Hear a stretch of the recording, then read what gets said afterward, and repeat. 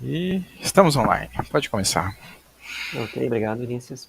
Olá, boa noite a todos, sejam muito bem-vindos para mais uma sexta-feira em companhia de Dante, Virgílio, e todos nós que estamos aqui, né, fielmente todas as sextas-feiras, né, nós do lado de cá, vocês do lado de lá, enfim, todos compartilhando desta conversa sobre a obra de Dante.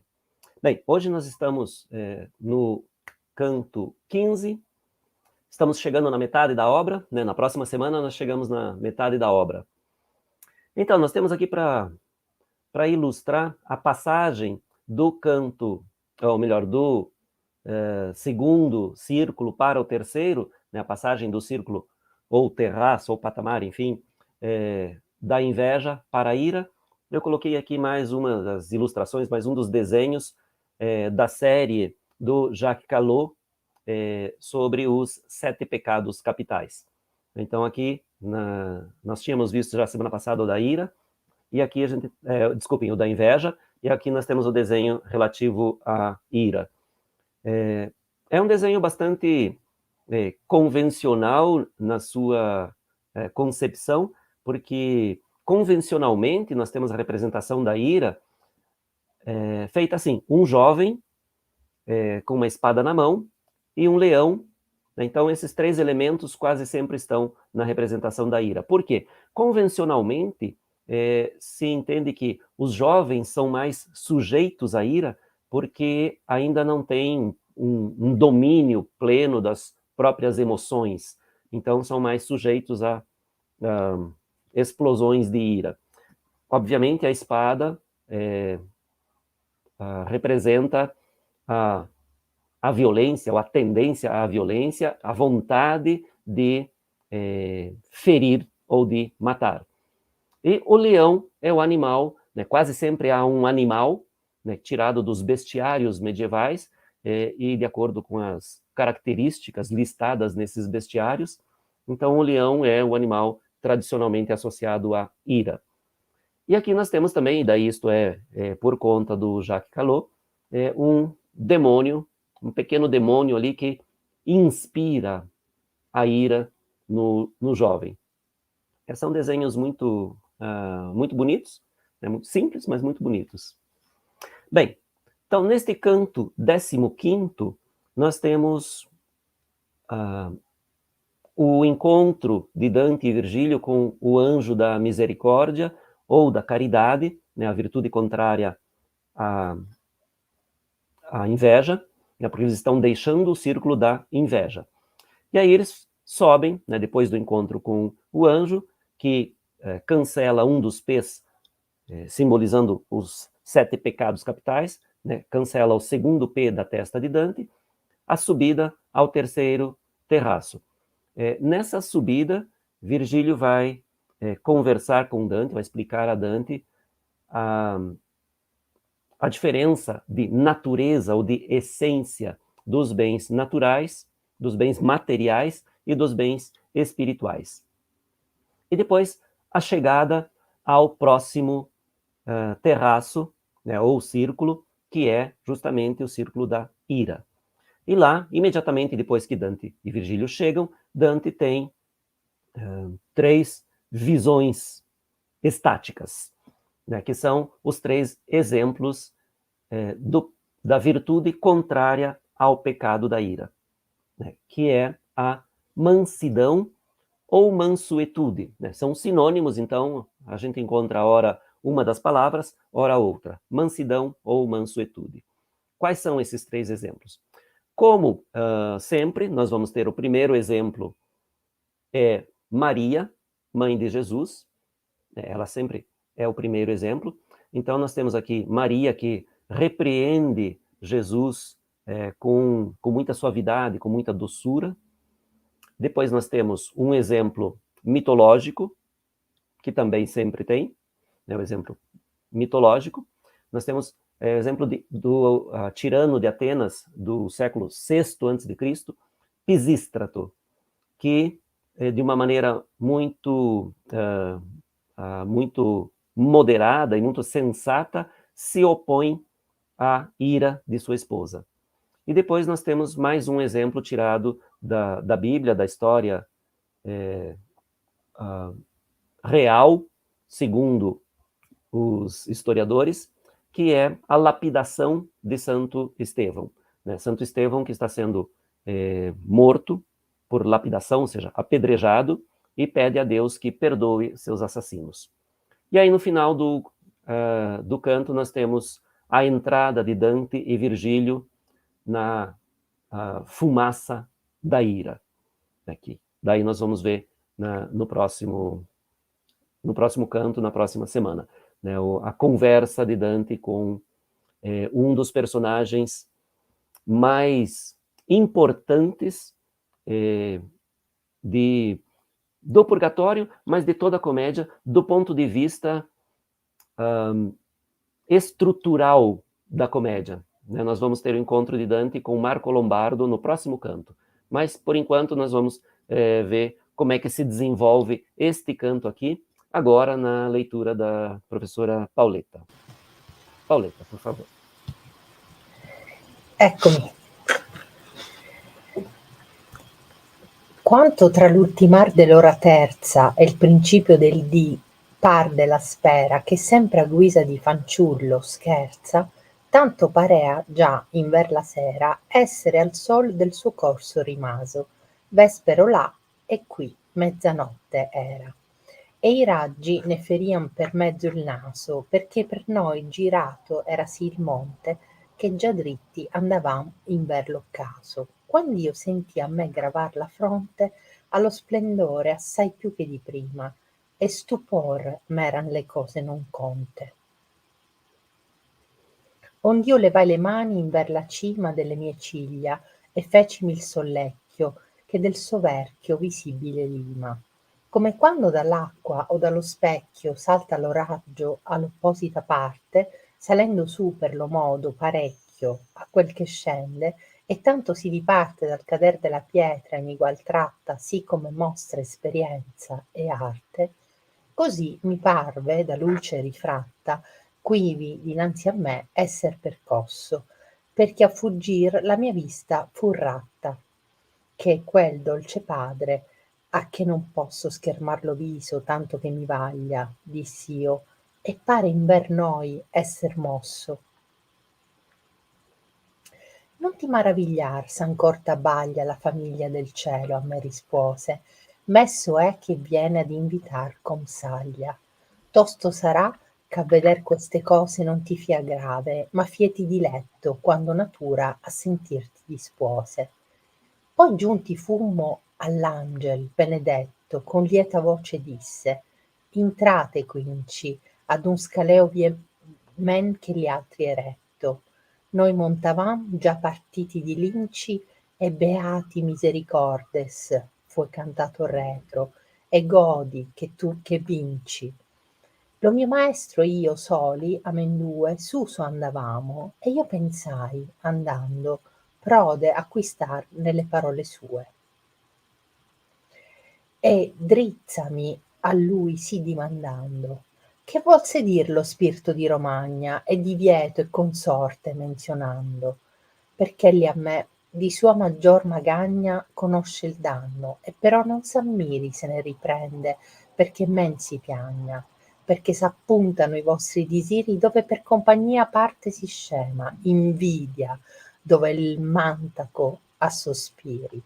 Ma se l'amor della sfera suprema torcesse in suso il desiderio vostro, non vi sarebbe al petto quella tema, che per quanti si dice più lì nostro, tanto possiede più di ben ciascuno, e più di caritate arde in quel chiostro. Io son d'esser contento più di giuno, diss'io, che se mi fosse pria taciuto, e più di dubbio nella mente ad uno. Come esser puote che un ben, distribuito in più posseditor, faccia più ricchi di sé che se da pochi è posseduto? Ed egli a me, però che tu rificchi la mente pura alle cose terrene, di vera luce e tenebre di spicchi, quello infinito, ineffabil bene, che lassù è, così corre ad amore come al lucido corpo raggio vene. Tanto si dà quanto trova d'ardore, sicché quantunque carità si stende, cresce sovressa l'eterno valore. E quanta gente più lassù s'intende, più v'è da bene amare, e più vi s'ama, e come specchio l'uno all'altro rende. E se la mia ragion non ti disfama, vedrai Beatrice, ed ella pienamente ti torrà questa e ciascun'altra brama. Procaccia pur che tosto siano spente, come son già le 5 piaghe, che si richiudon per esser dolente. Com'io voleva dicer tu m'appaghe, vidimi giunto in sull'altro girone, sì che tacer mi fer le luci vaghe. Ivi mi parve in una visione estatica di subito esser tratto e vedere in un tempio più persone. E una donna in sull'entrar con atto dolce di madre dicer: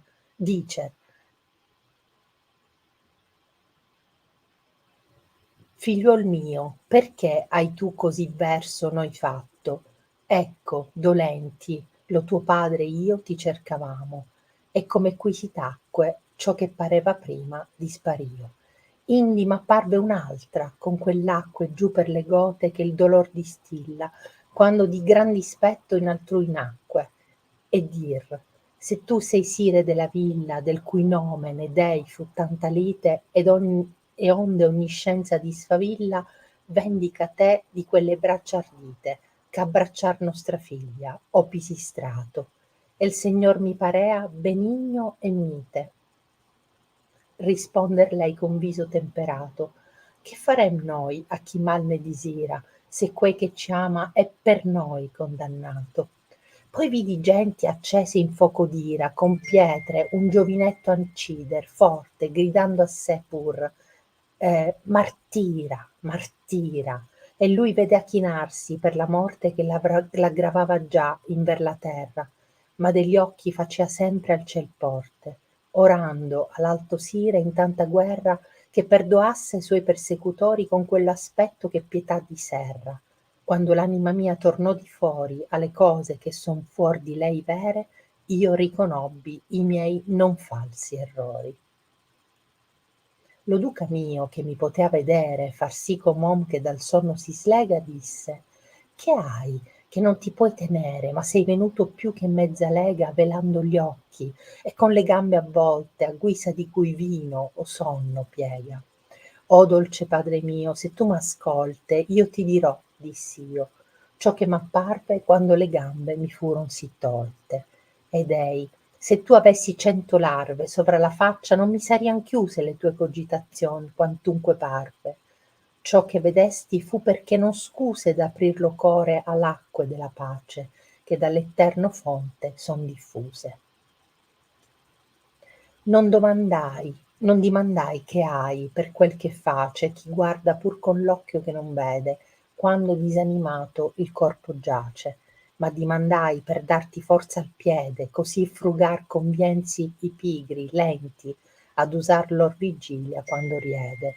Noi andavam per lo vespero, attenti oltre quanto potean gli occhi allungarsi contra i raggi serotini e lucenti, ed ecco a poco un fumo farsi verso di noi, come la notte oscuro, né da quello era loco da cansarsi. Questo ne tolse gli occhi e l'aere puro. Che bello, grazie Pauletta. Muito bem, então para abrir o nosso comentário, nós temos aqui mais um dos desenhos que, a este ponto, provavelmente todos vocês já reconhecem, né, o traço, o estilo, as cores, enfim, né, dos desenhos do Federico Zuccari, que estão todos disponíveis no site da Galeria degli Uffizi de Florença. Bem, nós temos aqui então este grande painel aqui, né, este desenho que representa as três visões que Dante tem, né, estas visões estáticas, visões em êxtase, e que correspondem aos três exemplos de mansidão, né, ou de mansuetude. Então, no primeiro círculo ali, nós temos a referência ao ao primeiro exemplo de mansidão, que é Maria, que repreende Cristo, mas muito suavemente. Depois nós temos o tirano de Atenas, Pisístrato, que de uma certa maneira dá uma lição à sua mulher, né, com muita calma, com muito bom senso, e também de uma maneira muito suave, né, com esta mansidão que é contrária à ira, né, e que dá aquela resposta que é extremamente interessante, né, à sua mulher. Né, ele diz, a mulher pede que ele puna alguém que abraçou a filha deles, né, um simples cidadão que abraçou a filha deles, e ele responde, né, o que nós faremos contra aqueles que nos odeiam se nós começarmos a punir aqueles que nos amam? Então, é um exemplo da literatura clássica, né? E depois nós temos ali o terceiro exemplo, que é a lapidação de Santo Estevão, né? Os três representados ali pelo Federico Zuccari. Bem, nós vamos ver depois na sequência, né, todos esses exemplos em detalhes. Bem, o canto se abre aqui com uma referência ao sol. Na verdade, vocês podem notar, né, no nosso, talvez já tenham notado, inclusive na leitura da Pauleta, ou vão notar agora na sequência, que este canto tem uma profusão de luzes, das palavras relativas à luz e do comentário mesmo sobre a luz. Talvez justamente como uma preparação para a ausência de luz que nós vamos ter no próximo canto, né? Porque no final deste canto, Dante e Virgílio entram em uma fumaça escura e muito densa que lhes tolhe completamente a visão. Então, eles caminham como cegos em meio a essa fumaça, né? Isso nós vamos ver a partir no próximo canto. Mas neste canto, então, talvez por contraste, e isso não é raro em Dante, nós temos um canto não exatamente dedicado à luz, mas em que a luz é também tema, um tema colateral, fica um pouco escondido, um pouco embutido em todo o discurso, mas está muito presente aqui. Então nós temos a abertura do canto já com essa chave astronômica, digamos assim, e falando do sol, né? Ou seja, da luz mais forte, mais importante para os seres humanos. Então, o que Dante diz da luz aqui? Quando entre o final da hora terça e o princípio do dia percorre a esfera que sempre, como menino, brinca, tanto parecia em direção à noite ter do sol o seu curso restante. Tarde lá, e aqui meia-noite era. Bem, então, vamos colocar em perspectiva isso, né? Quando Dante diz ali no sexto verso, aqui meia-noite era, naturalmente ele está se referindo à Itália, onde ele está no momento em que escreve. Então, depois de concluída a viagem, né, na fábula da Divina Comédia é isso, né? Depois de concluída a viagem, Dante volta para a Itália e lá se põe a escrever. Então ele diz, aqui meia-noite era. Então, na Itália, meia-noite. E ele diz, o mesmo tanto que o sol demora para percorrer as 3 primeiras horas do dia, né, desde o princípio do dia até a hora terça 9 da manhã. Então, esse mesmo tanto, 3 horas, era o que faltava para o sol chegar, ou o que faltava para chegar até o princípio da noite. Então, faltavam 3 horas para as 6 da tarde. Então, Dante, às vezes, é, assim, um pouco complicado, porque ele quer demonstrar, além do fato em si, quer dizer, eram 3 horas da tarde, ponto final, era isso. Mas ele quer dar indicações que, ao mesmo tempo, compreendam o hemisfério sul, né, o hemisfério das águas, onde está o purgatório, e o hemisfério norte, onde estão todas as terras emersas, todo o mundo conhecido. Então aqui ele une os dois, dizendo que se na Itália era meia-noite, eles tinham a ideia equivocada de que a Itália se encontrava a 45 graus de longitude em relação a Jerusalém.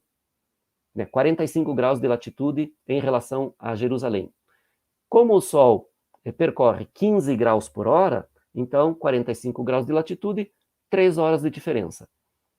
Então, na Itália seria meia-noite, em Jerusalém seriam 3 horas da madrugada, portanto, no purgatório, 3 horas da tarde.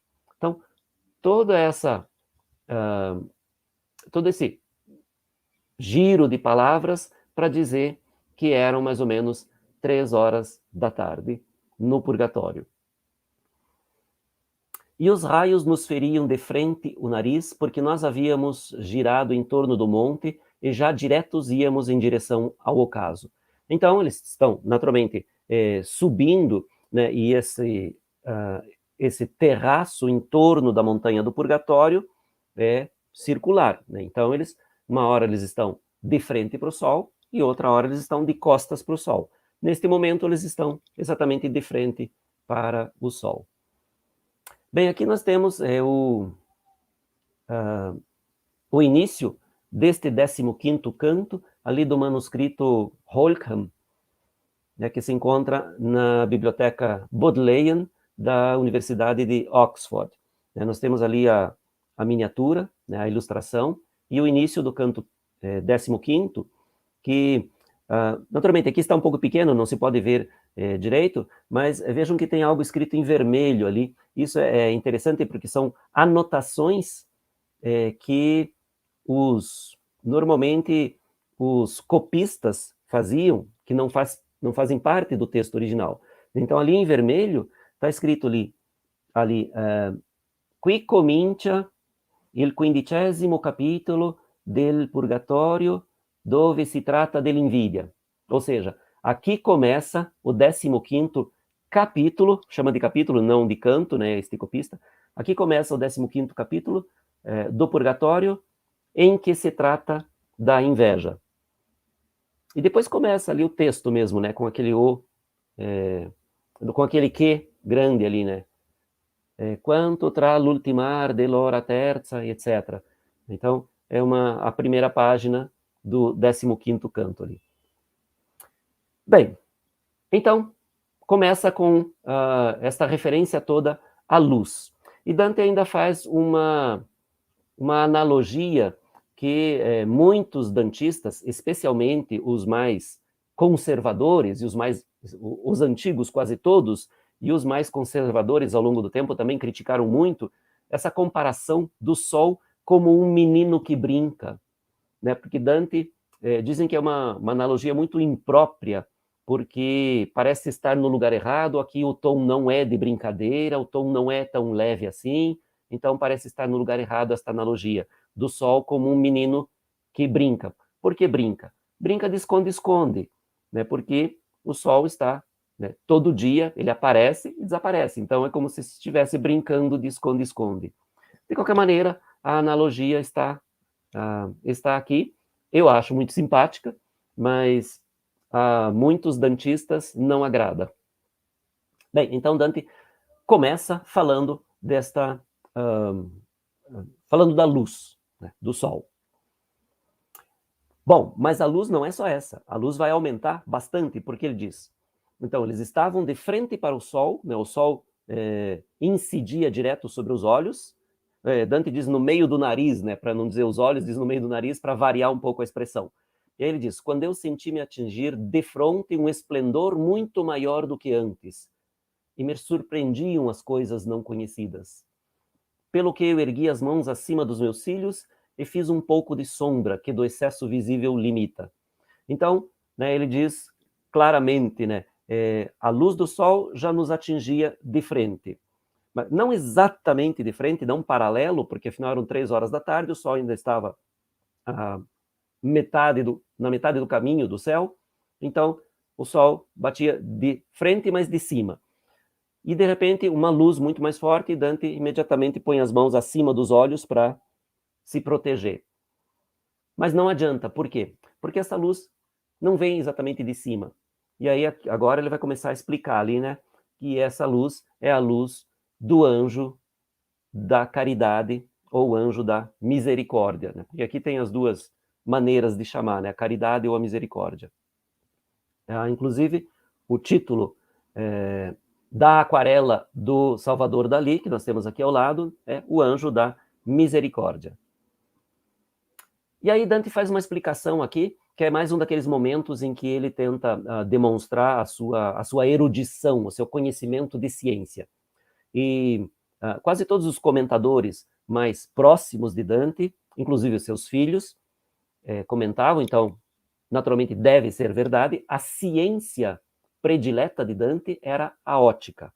Então, por isso, Dante sempre força um pouquinho a mão quando vai descrever algum fenômeno óptico. Então, aqui ele demonstra todo o seu conhecimento, né, de física, na verdade, né, falando aqui sobre os raios incidentes e os raios refletidos que mantêm o mesmo ângulo de incidência e de reflexão, enfim.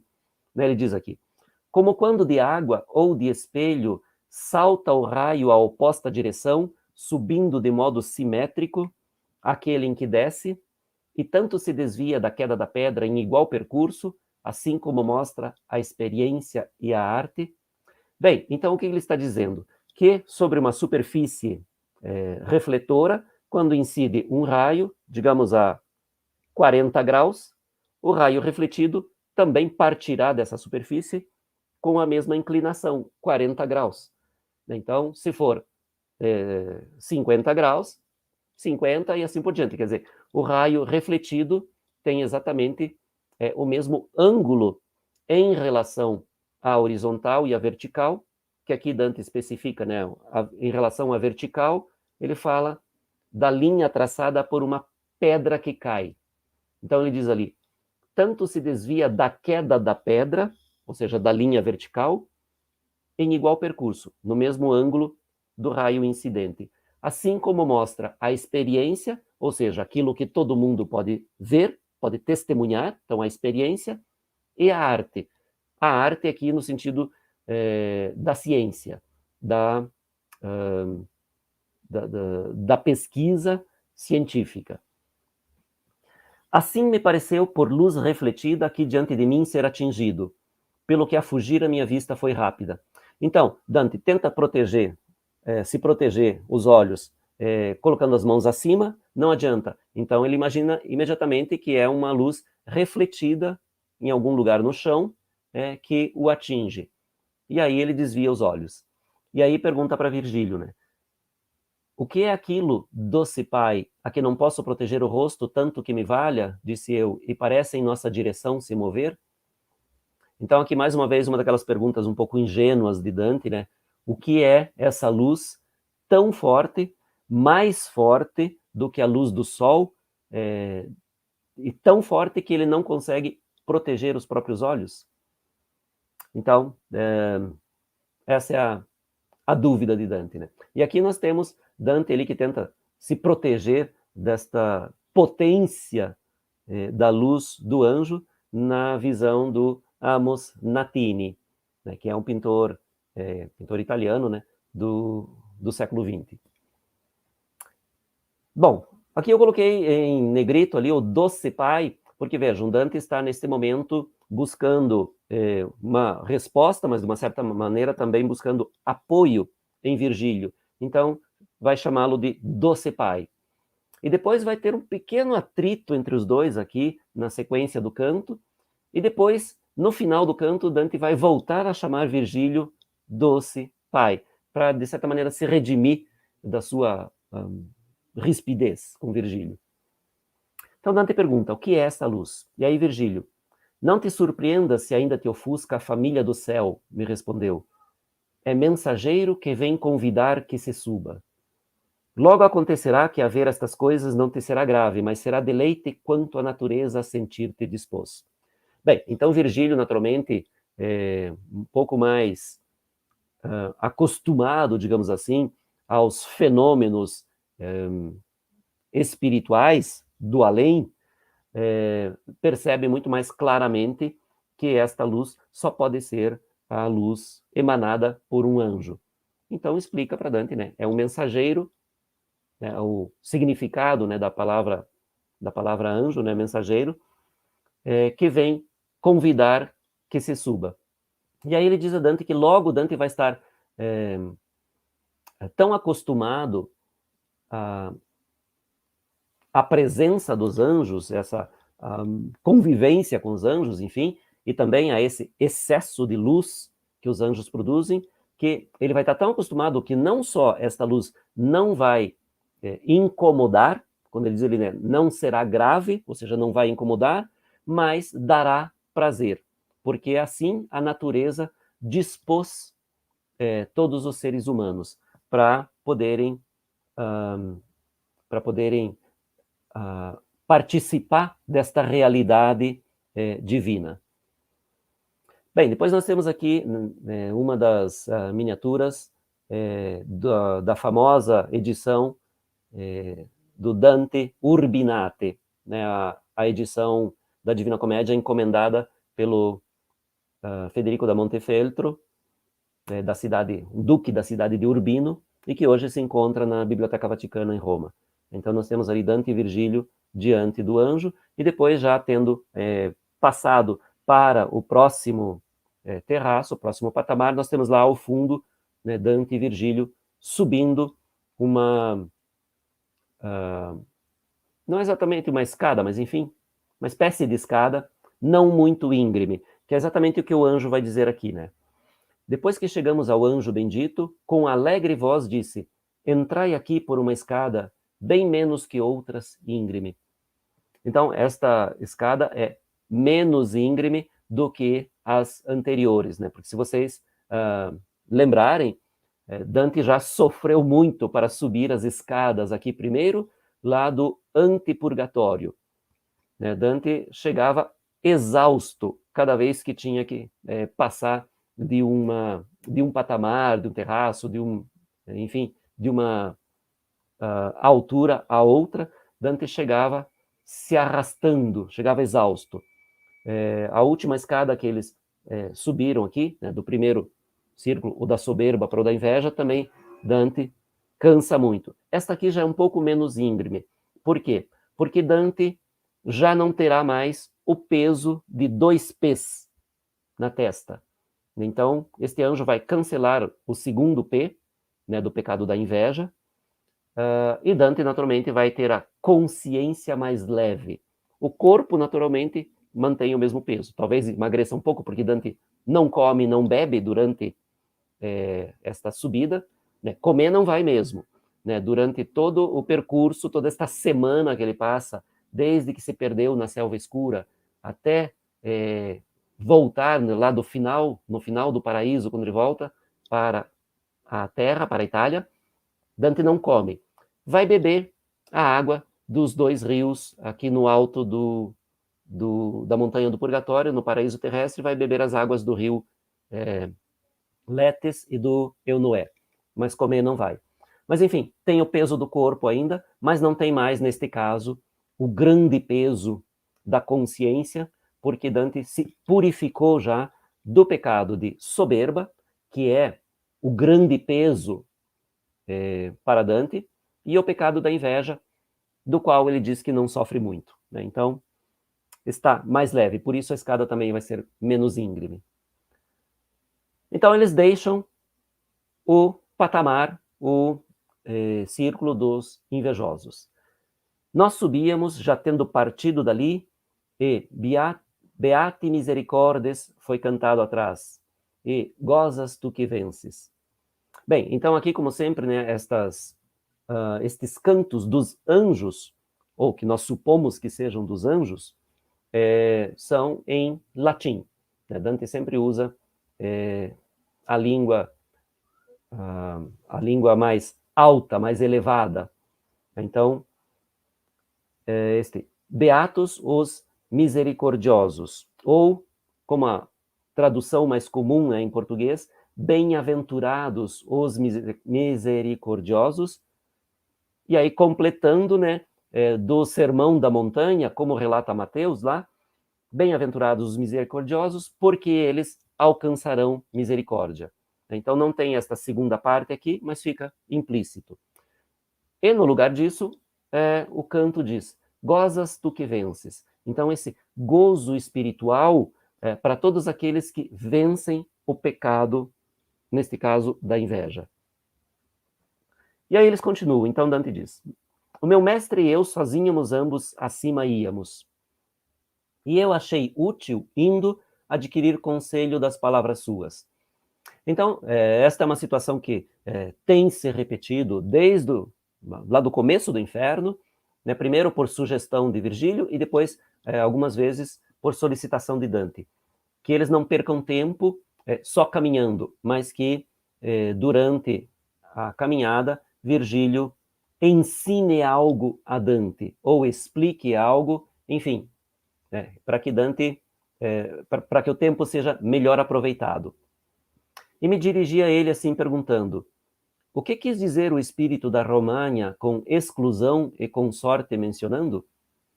Bem, então aqui a gente precisa voltar lá para o canto anterior, né, quando Dante conversa com aquele nobre da região da Emília-Romagna, o Guido del Duca, que a um certo ponto comenta justamente por causa da inveja, ele diz, ó gente humana, por que pões o coração lá onde se quer exclusão de consorte? E aí, como eu já comentei, né, na semana passada, né, um pouquinho, digamos assim, não é tão simples e imediato de entender o que significa isso, né? E a prova de que não é problema nosso se nós não entendermos imediatamente é que Dante também não entendeu, né? Então agora ele está perguntando para Virgílio aqui, né, o que queria dizer o Guido del Duca quando ele fala, né, esses versos que estão repetidos aqui do lado direito, né? Gente humana, por que pões o coração, ou seja, por que diriges o desejo, concentras o desejo naquilo que exige a exclusão dos consortes, dos consorciados ou dos compartilhadores, ou seja, porque os seus corações se concentram nos bens materiais. Então, agora Virgílio vai justamente explicar a Dante aqui o que quis dizer o Guido del Duca quando fala desta diferença essencial entre os bens materiais e os bens espirituais. Então, Virgílio lá, né, diz, pelo que ele a mim, de sua maior mazela conhece o dano, e por isso não se admire se o retoma para que menos se chore. Bem, então Virgílio começa falando do motivo pelo qual Guido del Duca disse, ou fez esta pergunta retórica, né? De sua maior mazela conhece o dano, ou seja, Guido del Duca tem a consciência do qual foi o seu maior pecado, que foi a inveja. Agora, aqui no Purgatório, ele tem consciência disso, e é por isso que ele volta a esse tema, que ele comenta esse tema, para evitar que outros chorem como ele. Então é isso que ele está dizendo, ali, de sua maior mazela, seu maior pecado, ele conhece o resultado, o dano, o sofrimento que ele está tendo aqui. E por isso, Virgílio diz a Dante, né, não se admire se ele retoma esse tema, se ele comenta o seu maior pecado, a inveja, para alertar todos sobre as consequências, né? Ou seja, que vão chorar, que vão sofrer aqui.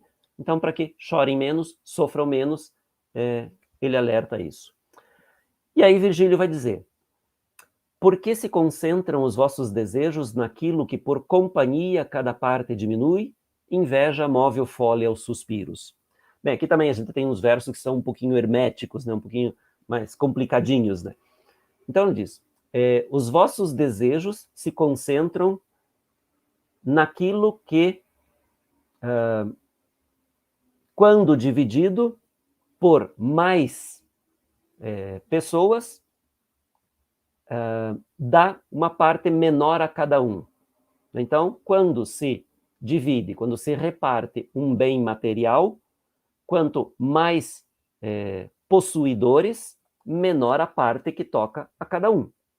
Isso é natural. A gente pode pensar, inclusive, numa pizza. Se você divide a pizza em 4 pedaços, cada pedaço vai ter um tamanho. Se você divide em 8, cada pedaço vai ter a metade do tamanho que teria em 4. Então, se você vai dividir em 4 pessoas, cada um pega uma parte razoavelmente grande. Se divide em 8, vai pegar metade. Então, assim, todos os bens materiais. Quanto menor o número de consortes, como ele chama aqui, maior a quantidade de cada um. E aí ele diz, inveja move o fole aos suspiros. E aqui a ideia um pouco da imagem mesmo, daquele invejoso que suspira pelo desejo de ter algo e que não pode ter. Então, a inveja move o fole, ou seja, é como o fole que alimenta o fogo, né, numa fornalha. Né, você tem um fole, né, que alimenta o fogo. Então, aqui o fole alimenta os suspiros. É uma imagem muito interessante essa. Mas, se o amor da esfera suprema, o amor de Deus, torcesse acima o desejo vosso, então, se o amor de Deus conseguisse conquistar todos os humanos para que desejassem o amor espiritual, não teríeis no peito aquele temor. Então, se o desejo principal fossem os bens espirituais, não haveria temor nenhum de ter a sua parte diminuída pelo aumento daqueles que compartilham. Que por quantos mais se diz ali nosso, tanto possui mais bem cada um e mais de caridade arde naquele claustro. Então, naturalmente, quando se diz nosso, é porque se inclui todos aqueles que estão ali. Não é eu, meu, nem seu, é nosso. Então, quanto mais se compartilha, maior o bem que corresponde a cada um, ou enfim, que é dado a cada um. Bem, uma explicação que me parece bastante clara de Virgílio, pensando nos bens espirituais. Mas Dante, aqui, naturalmente para esclarecer mais aos seus leitores, Dante faz de conta que não entendeu, né? Faz o ingênuo aqui. E aí o que ele diz para Virgílio? De uma maneira não muito simpática, vejam, aqui que começa esse pequeno atrito que eu falei entre os dois, porque Dante vai dizer quase explicitamente que Virgílio não sabe explicar muito bem. Ele diz, eu estou de estar contente, mas em jejum. Então, aqui, claro, eu mantive a inversão que Dante faz lá no original, né? Mas o que ele está dizendo? Eu estou em jejum de estar contente. Ou seja, a tua explicação não me alimentou. Eu estou em jejum. A explicação não me alimentou, não me respondeu nada. Ele diz, mais em jejum do que se me tivesse antes calado. E mais dúvidas na mente acumulo. Então ele diz, agora eu sei menos do que sabia antes de ter te perguntado. Então seria melhor nem ter perguntado, porque a sua resposta não respondeu nada. Então, é isso, digamos assim, o problema de Dante com Virgílio neste momento. E aí ele coloca explicitamente a sua dúvida, né? Como pode ser que um bem distribuído entre mais possuidores torne mais rico alguém do que se por poucos é possuído? E é claro, se for um bem material, realmente não faz sentido, né? Então Dante teria razão. E é justamente isso que Virgílio vai criticar agora. E ele a mim, por que tu insistes com a mente só nas coisas terrenas, da verdadeira luz, trevas colhes? Então, aqui, óbvio, né, a ênfase de Virgílio, né, você está pensando ainda nos bens materiais, nos bens terrenos, e não é disso que eu estou falando. Não foi disso que falou Guido del Duca. Então, Virgílio aqui também aproveita para redarguir de uma maneira um pouquinho mais ácida, né, essa colocação pouco educada de Dante, digamos. E aí vai explicar, né? Aquele infinito e inefável bem que lá em cima está, assim corre o amor como a luz do corpo, raio vem. Então, o amor de Deus, que é o bem máximo que está lá em cima, corre ao amor, a outro amor, como a luz se reflete num corpo lúcido. Tanto se dá quanto encontrar dor. Então, Deus corresponde, o amor de Deus corresponde ao amor daquele que o ama, em igual medida. De modo que, quanto mais a caridade se estende, mais cresce sobre ela o eterno valor. Então quanto mais amor, caridade uma pessoa demonstra, maior o amor que Deus lhe dirige, né, em correspondência. E aí, exagerando na explicação, digamos assim, né, Virgílio vai dizer, e quanto mais gente lá em cima se entende, mais bem há para amar, e mais se ama, e como um espelho, um ao outro retorna. Então, aqui, para realmente enfatizar e exaurir a explicação, Virgílio vai dizer que um bem espiritual é como a luz que se reflete entre vários espelhos. Quanto mais espelhos, mais se multiplica a luz. Ela não se divide, ou seja, não diminui por estar refletida em mais espelhos. Quanto mais espelhos, mais ela se multiplica. Assim também é um bem espiritual e, acima de todos os bens espirituais, o amor de Deus. Então, aqui agora, a explicação está dada para até um tolo como Dante entender. Aqui a ideia é um pouco essa, né? Virgílio está dizendo que Dante não é lá muito esperto. E aí, a prova disso é esta última coisa que ele diz. E se a minha razão não te sacia, ou seja, se isso ainda não foi suficiente, verás Beatriz, e ela plenamente te satisfará este e qualquer outro desejo. Então aqui, naturalmente, tem principalmente duas coisas a serem entendidas. Primeiro, o fato de que Virgílio, sim, está um pouco irritado e diz isso a Dante. Agora eu te expliquei como se explica para uma criança. Você deve ter entendido. Tá, então, este é o limite do que eu posso fazer, usando a razão te explicar definitivamente. Mas, se você não está satisfeito ainda, então agora só a Beatriz pode ir além dessa explicação. Então, a primeira coisa a comentar é que esta certa irritação de Virgílio pelo tom não tão respeitoso de Dante, e Virgílio, então, responde na mesma medida.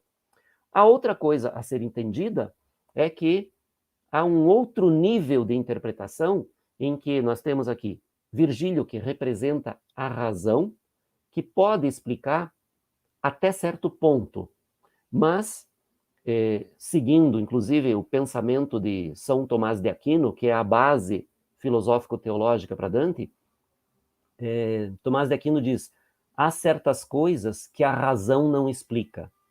A razão pode intuir, mas somente a fé explica.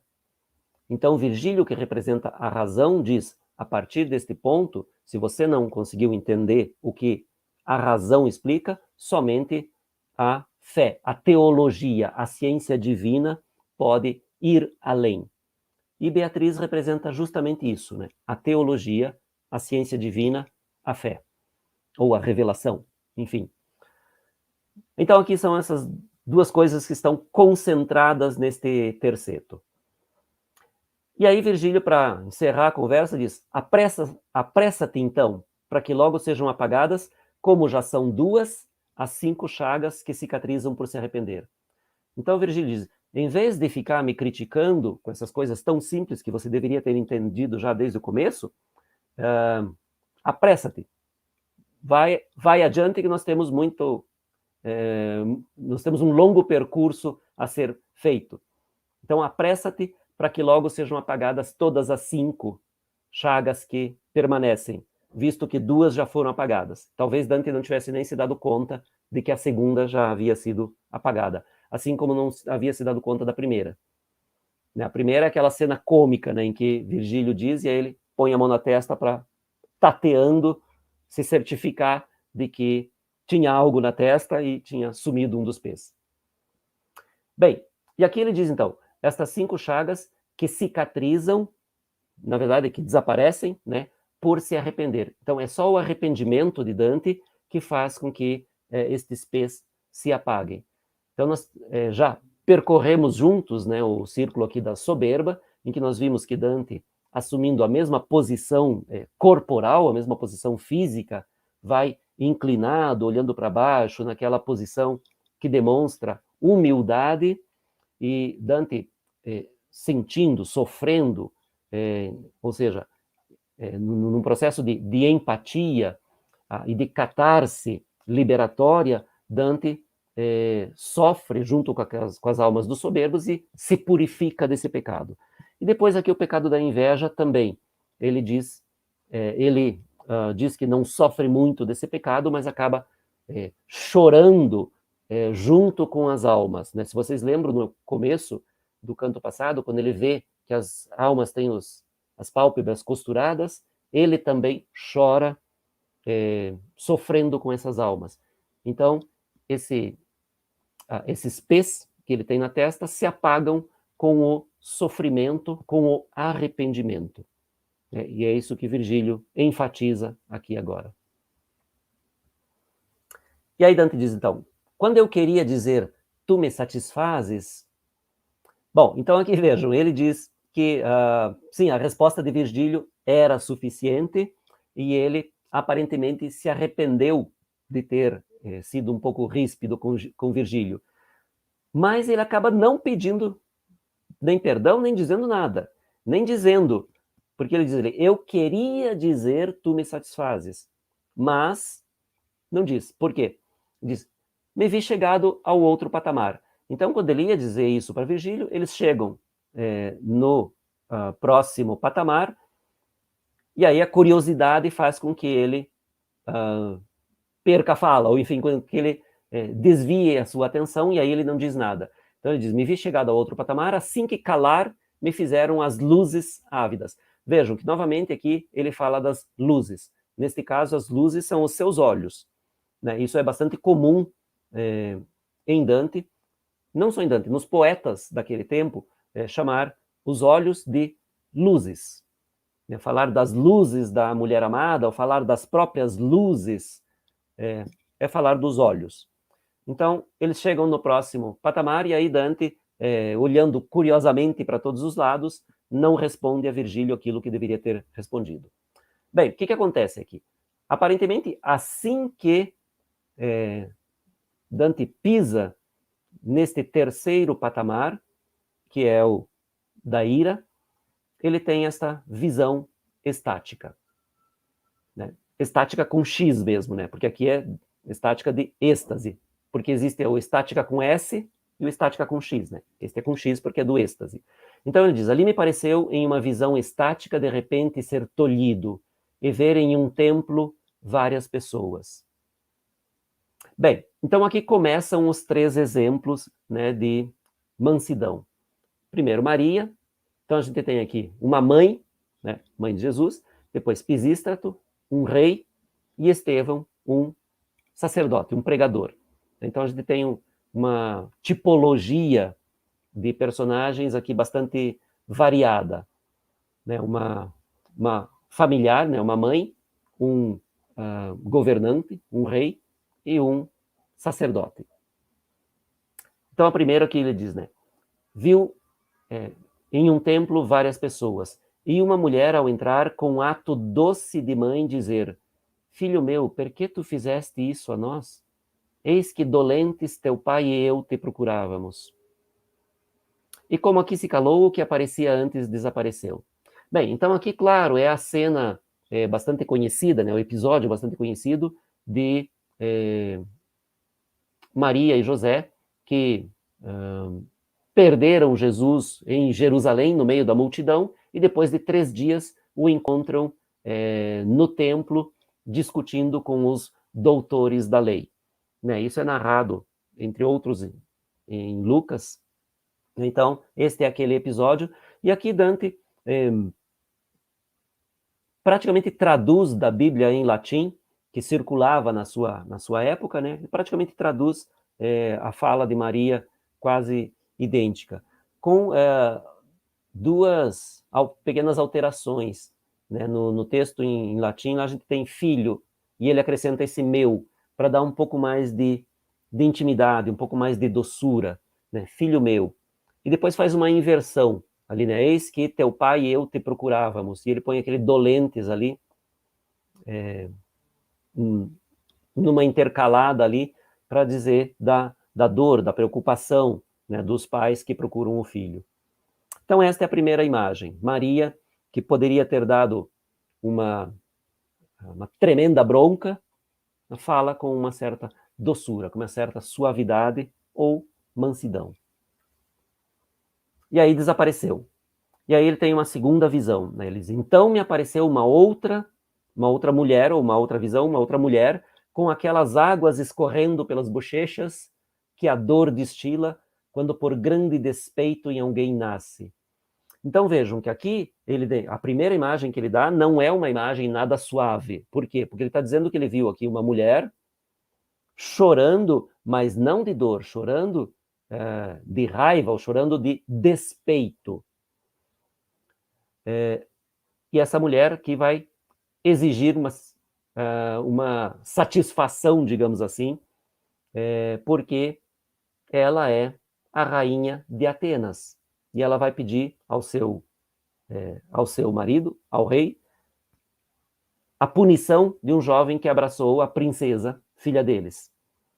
Então aqui a gente tem esta rainha, de uma certa maneira, raivosa, irada, soberba, despeitada, que lembra muito a imagem que nós vimos quando víamos o pecado da soberba. Um dos exemplos de humildade era justamente o rei Davi, que dançava diante da arca, junto com os seus súditos.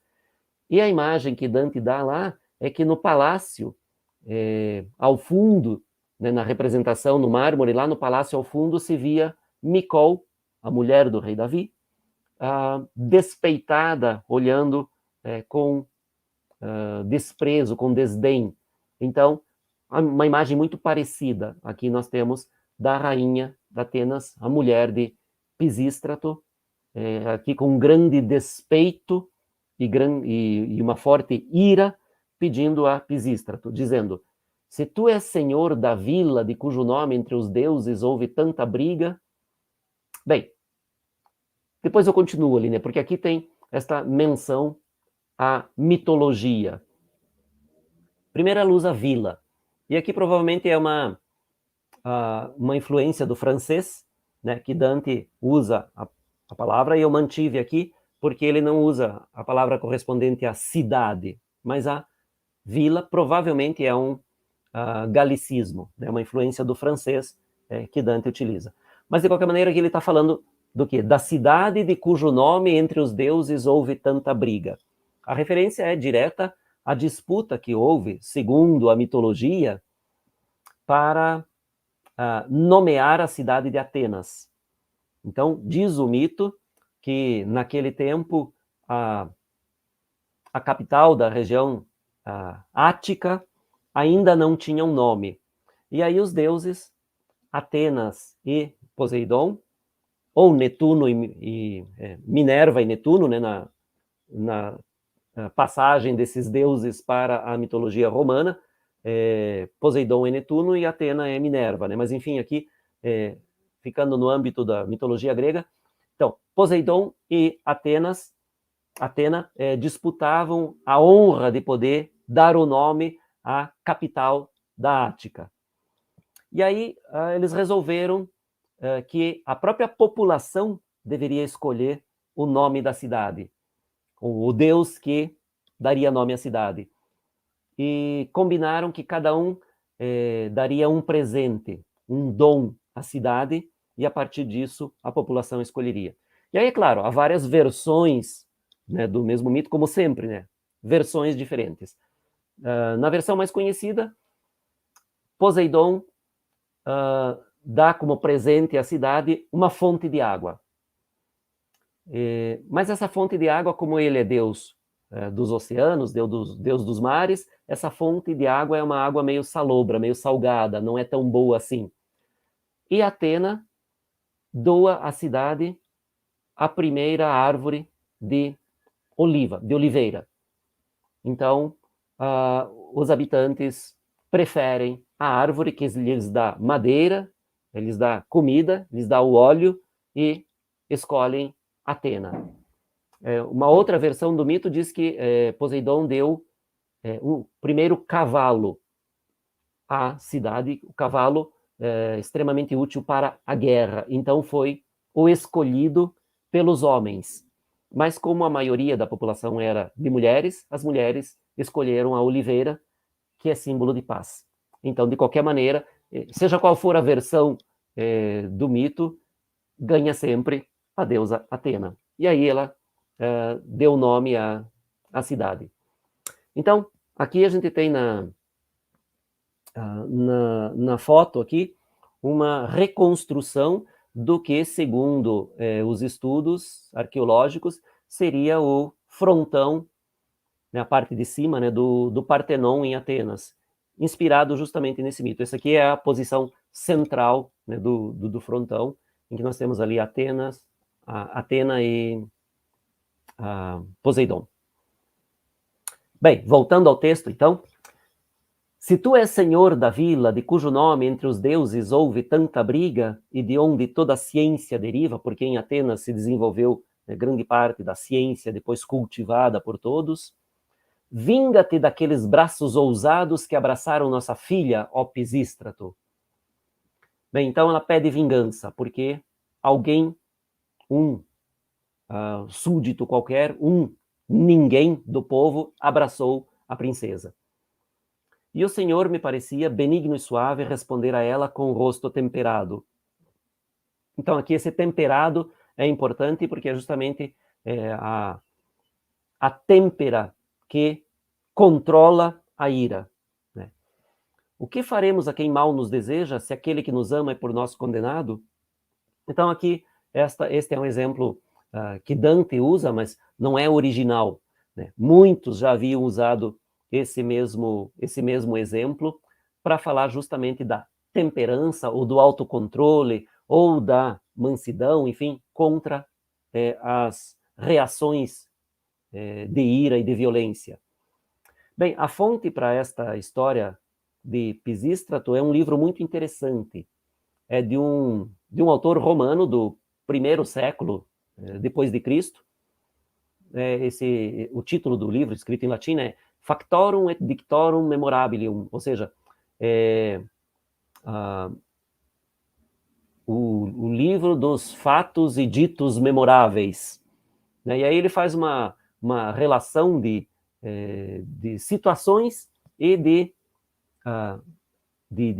ditos mesmo, como esta resposta, né, do Pisístrato, que são memoráveis. É um livro do 1º século, da época de Cristo, e se eu não me engano, 31, 32, 31, acho, depois de Cristo, é a primeira data que se tem notícia deste livro do Valério Máximo. E que é uma fonte meio que comum, assim, a quase todos os escritores posteriores ao Valério Máximo foram beber das suas águas, né? Foram buscar no seu livro inspiração para justamente fatos memoráveis ou ditos memoráveis. Né? Dante não é exceção nesse sentido. Bem, aí tem a terceira visão. Né? Essa terceira visão é aquela que está representada aqui no desenho do Gustave Doré, que é justamente a lapidação, ou seja, a morte por apedrejamento, aqui de Santo Estevão. que está descrito na Bíblia nos Atos dos Apóstolos. Né? E aqui a gente tem a representação, então, do Gustave Doré. E Dante vai dizer, né, esta é a terceira visão que ele tem. Depois vi gente acesa em fogo de ira. Então vejam que aqui, assim ele representa a ira. Né? A gente acesa em fogo de ira. E desse fogo depois ele vai representar especialmente a fumaça. Com pedras um jovenzinho matar, forte gritando um ao outro, martírio, martírio. E o via inclinar-se pela morte que o dobrava já à terra, mas dos olhos fazia sempre ao céu portas, orando alto ao Senhor, em meio a tanta violência, que perdoasse aos seus perseguidores, com aquele aspecto que piedade descerra. Bem, então aqui a descrição que Dante faz dessa sua visão é deste jovenzinho. Jovenzinho é uma maneira de digamos assim, dar uma dimensão afetiva, porque, segundo a biografia, Santo Estevão, que é contemporâneo de Jesus, né? Santo Estevão nasce no ano 5 depois de Cristo e morre no ano 36. Então, ele é jovenzinho, mas jovenzinho de 31 anos, né? Não jovenzinho de 16, 17. Né? Então, esse jovenzinho de Dante aqui é mais para dar uma, digamos assim, uma dimensão afetiva mesmo, né? Para comover um pouco mais, que ele chama de jovenzinho. Bem, então ele vê este jovem sendo apedrejado e morto, assassinado, né? Mas, segundo a lei,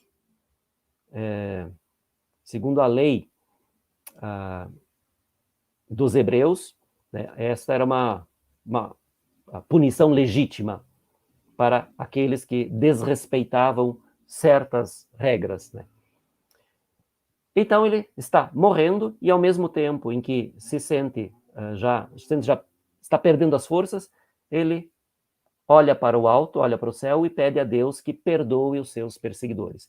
É claro que aqui é quase impossível não lembrarmos da famosa frase de Cristo: perdoai-os, Pai, perdoai-os porque não sabem o que fazem.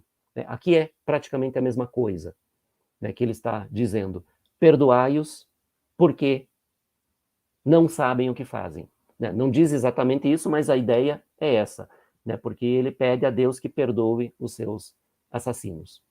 E aqui a gente tem mais uma representação, né, da lapidação de Santo Estevão, que aqui é do Francesco Scaramuzza. Santo Estevão é considerado o primeiro mártir, primeiro santo mártir, excetuado João Batista, né, o profeta João Batista, que foi decapitado, exceto João Batista, o primeiro dos seguidores de Cristo que morreu por divulgar a palavra de Cristo, por divulgar os evangelhos, por divulgar a nova religião, o Deus cristão, etc, etc. Então, ele é chamado, inclusive, de protomártir, né, porque teria sido o primeiro mártir, morreu no ano de 36 depois de Cristo. Como é que a gente sabe que ele morreu no ano de 36? Bem, porque foi exatamente nesse ano em que não havia um governador romano na Judéia.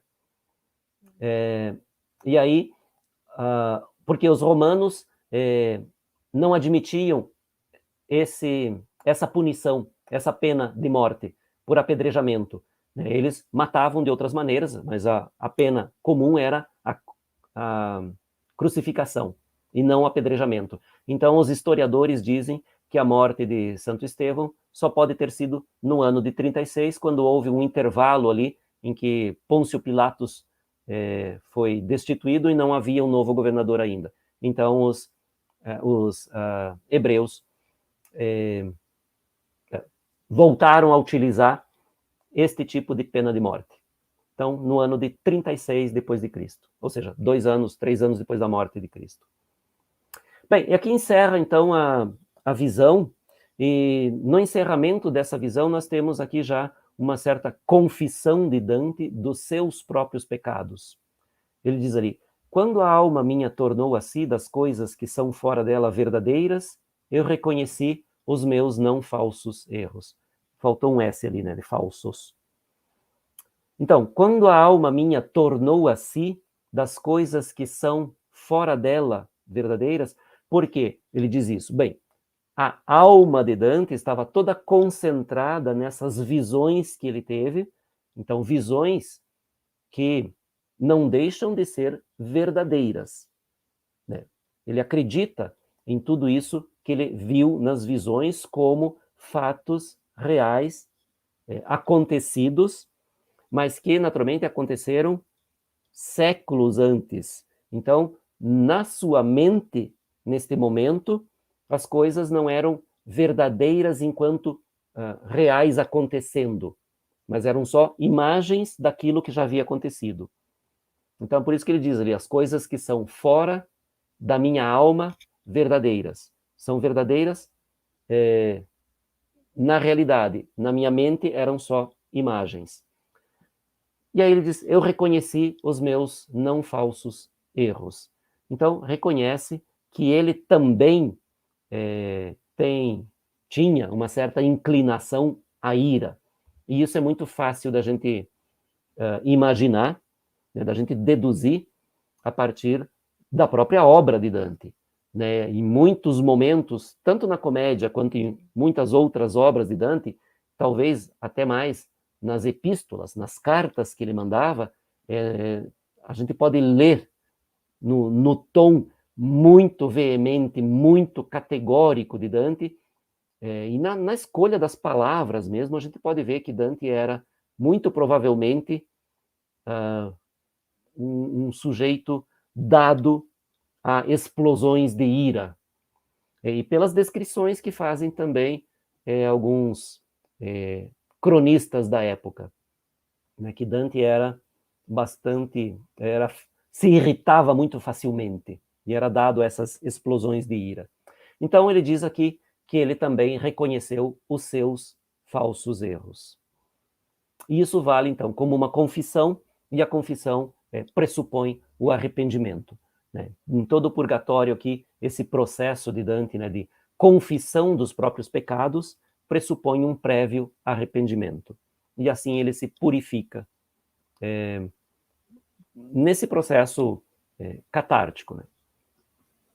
O meu guia, que podia me ver ir como alguém que do sono desperta, disse: que tens que não te aguentas, mas vieste mais de meia légua com os olhos velados e as pernas bambas, como quem o vinho ou o sono vence? Bem, então Dante vinha trôpego, né, caminhando de uma certa maneira muito irregular, né, e obviamente Virgílio percebe, mas Virgílio não tem as mesmas visões de Dante. Tanto que ele pergunta, né, o que acontece que Dante está vindo desta maneira, como quem está com muito sono ou bebeu demais. E vejam que aqui Dante volta, lembram que eu falei para vocês lá no começo, né? Dante chamava Virgílio doce pai. Depois tem aquele pequeno atrito ali dizendo, em outras palavras, dizendo, não entendi nada do que você me explicou, seria melhor eu nem ter perguntado, porque você não explicou nada. Então, aquele pequeno atrito ali que ele teve com Virgílio, agora, quando ele volta destas visões, ele volta a chamar Virgílio de doce pai. Então, ó doce pai meu, se tu me ouves, eu te direi, disse eu, o que me apareceu quando as pernas me foram amarradas. E ele, se tu tivesses 100 máscaras sobre a face, não me seriam ocultas as tuas cogitações, mesmo que mínimas. E aqui Virgílio ainda, aqui é uma questão de interpretação, né? O texto não diz exatamente isso que eu vou dizer, mas é uma questão de interpretação. Virgílio ainda dá uma pequena, uma leve espetada em Dante aqui quando diz, mesmo que tu tivesse 100 máscaras sobre a face, não me seriam ocultas as tuas cogitações, os teus pensamentos, mesmo que mínimos. Ou seja, mesmo que tu penses pouco, não muito, que o teu pensamento não seja tão amplo. Eu entendo, eu percebo, eu consigo captar, deduzir o que você pensa. Então aqui, estas tuas cogitações, mesmo que mínimas, têm este duplo sentido. Quer dizer, Virgílio está dizendo que ele capta todas as nuances do pensamento de Dante, mas ao mesmo tempo dá para entender que ele está dizendo que Dante pensa pouco. Então, há essas duas possíveis interpretações e uma não exclui a outra. Tá? Bem, e aí Virgílio especifica: o que tu viste foi para que não rejeites abrir o coração às águas da paz que da eterna fonte se difundem. Então, sabendo que Dante é dado a estas explosões de ira, que Dante também é, até certo ponto, um iracundo, Virgílio diz: o que tu viste, estes exemplos, foram para que tu não rejeites perdoar aqueles que te provocam ira. Então, Virgílio está dizendo que Dante tem que aprender a se conter, né, a ver esses exemplos e a ser mais suave, a agir com mais controle e com mais suavidade, com mais mansuetude. Então, é isso que ele está dizendo. E aqui ele opõe, veja, que Dante havia dito que aqueles que apedrejavam Santo Estevão estavam acesos pelo fogo da ira. E aqui Virgílio diz, para que tu não rejeites abrir o coração às águas da paz. Então é como se as águas da paz apagassem o fogo da ira. E é isso que ele está dizendo a Dante. Você tem que aprender a abrir o coração às águas da paz. Então não seja tão iracundo. E aí ele especifica mais uma coisa. Não perguntei o que tens, como faz quem olha só com o olho que não vê, quando desanimado o corpo jaz.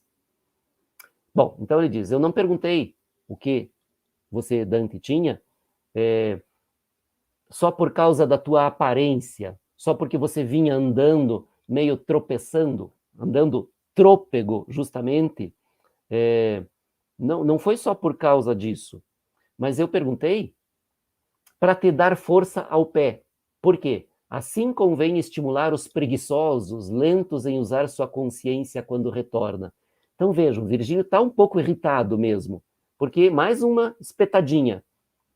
Ele diz, eu não perguntei para pôr em evidência o fato de que você estava andando todo torto, todo desajeitado. Não era isso. Mas eu perguntei para que você se concentrasse e me respondesse e botasse a mente para funcionar.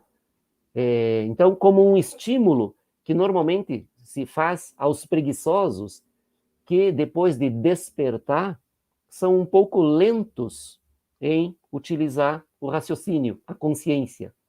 Então é isso que ele diz aqui, que ele fez isso para estimular Dante, porque assim convém, assim é bom estimular os preguiçosos, lentos em usar a consciência quando retorna. Então aqui tem essa pequena espetada de Virgílio, dizendo que Dante às vezes é meio lento mesmo, né? A gente já sabe que mas também, talvez, isso já seja uma, digamos assim, uma prévia para quando eles chegarem no círculo da preguiça. Né? Depois deste da ira, o próximo círculo já é o da preguiça. Então, talvez Virgílio já esteja fazendo uma pequena antecipação aqui. E aí encerra o discurso, né? E aí Dante só descreve, Dante não responde, aceita essas duas pequenas críticas, pequenas espetadas de Virgílio, e daí só descreve o final da cena, né? Nós íamos pela tarde, atentos além, ou seja, olhando adiante, né, atentos além, quanto podiam os olhos se alongar contra os raios poentes e luzentes. Então vejam que quando eles chegam a quando eles estão saindo do círculo da inveja, eram 3 horas da tarde. Agora, ele diz, os raios poentes e luzentes. Então, são quase 6 horas da tarde, porque o sol está quase se pondo, mas ainda há raios brilhantes, luzentes, né? Então, o sol não se pôs ainda. Mas, para eles vai virar noite total. Por quê? Ele diz ali, eis pouco a pouco uma fumaça vir em direção a nós, escura como a noite. Não havia lugar para dela desviar. Ela nos tirou os olhos e o ar puro.